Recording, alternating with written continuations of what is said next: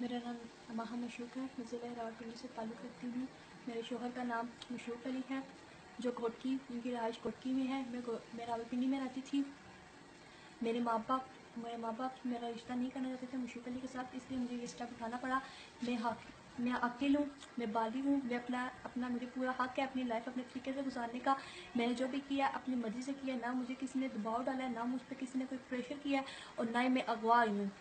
جبکہ میرے ماں باپ جھوٹ بول رہے ہیں کہ میں اغوا ہوئی ہوں، اور میں اغوا نہیں ہوئی ہوں۔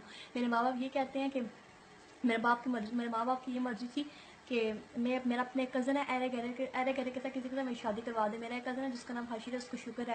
میرے ماں باپ میری شادی اس کے ساتھ کروانا چاہتے تھے، جبکہ میں اس کے ساتھ شادی نہیں کرنا چاہتی تھی۔ میں مشوق سے پیار کرتی تھی اور مشوق کے ساتھ ہی اپنی زندگی بتانا چاہتی ہوں، اور میں نے اس لیے مجبوراً ہم یہاں پہ بات کیا۔ ہم نے سکر ہائی کورٹ میں 22 تاریخ کو نکاح کیا، اور 23 تاریخ کو ہم سکر ہائی کورٹ میں پیش ہوئے، اور ہم لوگوں نے سکر ہائی کورٹ میں نکاح کیا۔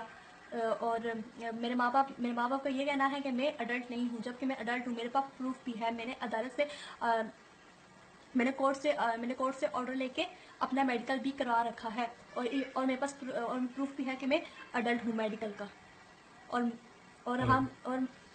اور میں اپنے ماں باپ سے یہ گزارش کرتی ہوں کہ وہ مجھے میری لائف اپنے طریقے سے گزارنے دیں، اور مجھے تنگ نہ کریں۔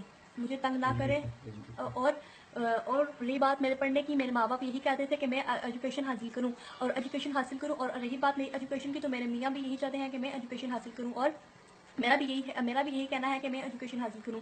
میرا بھی یہی خواب ہے۔ تو میرے میاں انشاءاللہ ضرور، انہوں نے بھی کہا ہے کہ میں پڑھوں گی، اگر میرے ماں باپ ہم سے راضی نامہ نہیں کر رہے ہیں، ہمیں پنجاب جانے سے خطرہ ہے، میرے چاچو اور میرے ماں باپ سے ہمیں خطرہ ہے، اس وجہ سے ہم پنجاب میں نہیں جا رہے ہیں، مجبوراً مجھے سندھ میں ہی رہنا پڑے گا ابھی۔ اور میں ویڈیو ریکارڈ اس لیے کروایا ہے تاکہ ہمیں تحفظ فراہم کیا جائے۔ شکریہ۔ اور اپنے ماں باپ سے ہر جگہ کہتی ہوں کہ ہمیں تنگ مت کیا جائے۔ شکریہ۔